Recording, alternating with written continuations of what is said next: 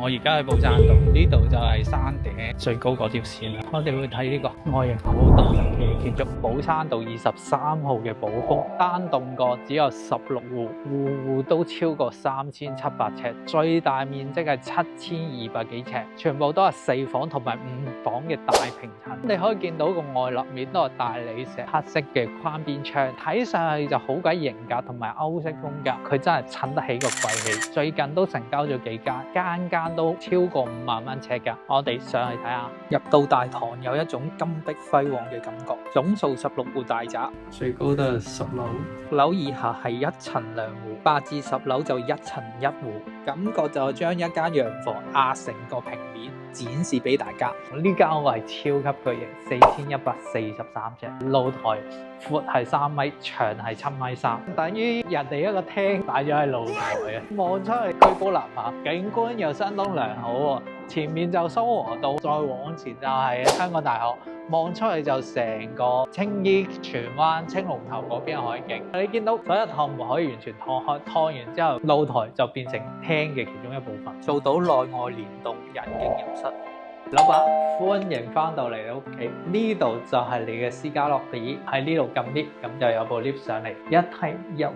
咁呢度就應該係我入門嘅衣櫃做咗俾你嘅，擺鞋啦。正常你出咗 lift 換翻啲家居鞋，開呢一棟雙子門啊，就係你嘅玄關位。呢度咧你可以掛幅畫，彰顯下個氣派。有隔離就有個客廁，可以簡單梳洗下、處理下，然後就可以入到你屋企啦！一入嚟咧，你係一定俾個露台打過去，成片海景吸引住，同埋有個轉角窗，由呢度望過去嘅視線係非常之通透。個客廳嘅闊度咧就係6.8米，長度係8米。講緊8米係呢埲牆去到嗰邊咁長咗，未計呢埲牆去到呢度啊，加埋總長度係接近16米。然後呢邊咧偏廳嘅位置，俾所有窗圍住，欣賞前面咁靚嘅景致，成個維港海盡在你眼前。由於身處嘅地勢較高啦，就算6樓望出去已經過晒前面建築嘅頂層，偏廳同客廳相連，視野係相當通透。呢一幅白牆最理想係整啲廳櫃延伸到客廳嘅位置。第一間套房呢度就係做衣帽間嘅位置，佢有自己嘅浴室，簡單企理實用。佢嘅睡房我覺得大嘅，擺位就好鬆動，你可以諗辦法同個設計師傾下點樣裝修。佢3扇窗做出嚟，令到個大廈好有韻味。唔似得現時大部分新式嘅住宅都係鋁框再加玻璃幕牆，成座大廈喺區域上有個獨特性，似啲工業化嘅產品，更似個奢侈品。廚房出面有一個櫥櫃啦，呢度可以擺啲咖啡機或者有啲飲品機，仲有啲酒櫃啦，會喺上面咁方便啲客人或者自己屋企人喺呢度攞嘢飲。下面有大量嘅收納櫃，仲有個微波爐、蒸焗爐，幾體貼嘅。呢個廚房我覺得超正，首先佢有個倒台啦，擺喺中間，然後仲有咁大嘅回遊空間，方便走動。就算3、5知己一齊下廚，甚至係請一班大廚嚟屋企煮大餐，絕對冇問題。成組台面嘅空間夠用，仲有2扇大窗望翻個山景，就算日頭唔開燈，陽光灑入間屋，好舒服。呢度就可以作為一個早餐區，木色嘅台面同埋飾面，配搭黑色嘅雲石，成隻名牌電器，睇上去成個廚房都好現代化。廚房仲有充足嘅收納空間，呢個玻璃櫃啦，可以擺一啲靚少少嘅高級瓷器。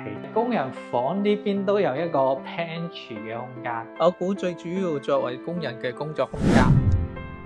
乾衣機、洗衣機當然可以喺呢度晾衫都冇問題。再入就係工人嘅房間，空間好大，一個咧工人、2個工人、3個工人都瞓到。有個扇大窗望下啲樹景唔差嘅，仲有工人房都有自己嘅浴室。呢度冇通往貨 lift 同埋垃圾房嘅，出翻廳去翻另一個睡房區。廳係用磚，睡房係佢用木，睇落去嘅感覺就良好少少。呢間就係豪房，長係4.8米，闊係3.4米，擺位都 OK。然後呢度透過個窗邊就望翻香港大學嗰邊，又望到海嘅，即係小朋友喺呢度住，行去隔離就讀到書 ，very good 啦。浴室同頭先嗰間差唔多，整齊企理嘅配置啦，空間都夠大，都係用翻個淋浴區，轉到身。順住走廊向前行，呢間就士多房，或者你可以拆咗佢俾個廳用，就睇下你點樣處理。第三間套房擺位都好鬆動，望山嘅，有足夠嘅採光，成個感覺就好溫馨。望出去嘅視野都相當唔錯，6.3米嘅長度，3.5米嘅闊度，絕對夠用。轉入嚟就係浴室嘅位置，色調又變成白色，配置就 upgrade 咗，用翻個浴缸。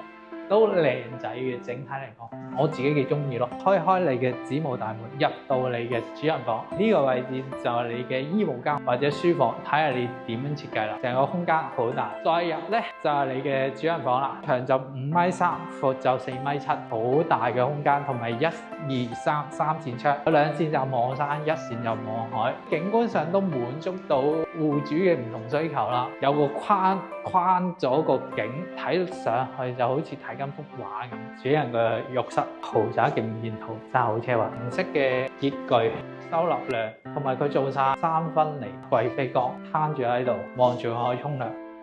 呢個淋浴區又大啲，好舒服。成間屋就睇完，似啲單位現時發展商就招標賣，計個尺價嚟講就過咗5萬。最近成交咗2間，分別係53,000同埋65,000嘅尺價，總價都過咗2億幾。計一計數，5萬乘以4143尺，都係過咗2億。似啲豪宅貴價地段，你哋又中唔中意？可以留言話知。